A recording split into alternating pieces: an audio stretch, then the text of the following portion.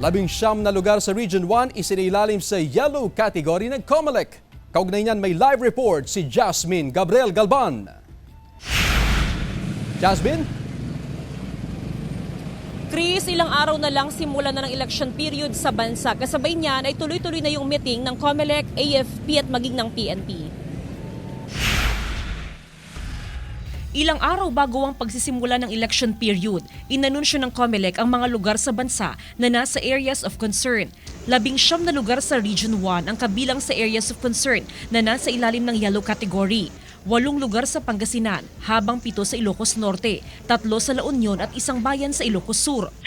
Yung namang mga ganyan na bagay is address sa COMELEC yan, PNP at saka sa AFP nang sa ganun ay mapag-aralan kung paano yung deployment ng pwersa.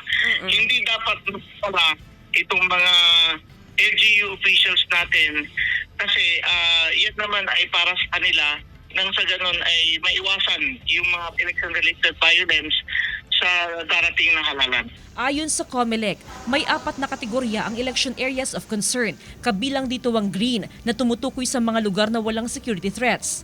Yellow category naman kung may kasaysayan ng election-related incidents sa nakalipas na 2 eleksyon at posibilidad ng presensya ng private armed group. Orange category naman kung may seryosong armed threat, habang ang mga lugar na nasa red category ay may grave concern at serious armed threats. Kaugnay nito, ikinukonsidera ng poll body na isailalim sa COMELEC control.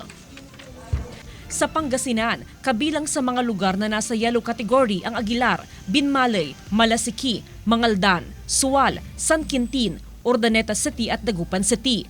Ayon sa Pangasinan PPO, sa ngayon, wala naman silang nakikitang presensya ng private armed group. By history, kaya yun ang mga binabantayan natin para hindi maulit.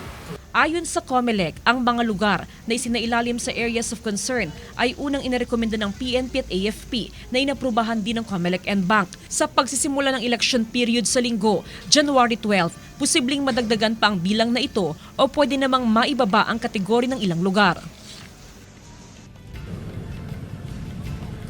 Chris, simula sa January 12, asahan na yung kabi-kabila ang checkpoint at kasabay nga niyan ay merong nilabas na guidelines ang COMELEC pagdating sa pagkakaroon nga ng mga checkpoints. Well, number 1 dyan, yung pagkakaroon ng signboard. Dapat merong signboard na merong sukat na 3 by 4 feet at dapat doon sa signboard ay makita yung pangalan ng election officer, ganun din yung COMELEC commanding officer o team leader. Ilagay din dapat ang signboard sa maliwanag na lugar para makita ng mga motorista at dapat din na merong tamang distansya. Pangalawa, Chris, ay dapat during the inspection, dapat ay visual search lamang. Ibig sabihin kung ano lamang yung makita sa loob ng sasakyan gamit ang mata or flashlight. Bawal din ang physical o yung body search na ating tinatawag unless na merong makatwirang batayan ang otoridad. At pinakahuli dyan, Chris, hindi rin obligado ang motorista na i-open yung kanilang compartment at maging yung trunk ng kanilang sasakyan and even yung bag ng mga motorista. Chris? Maraming salamat, Jasmine Gabriel Galban.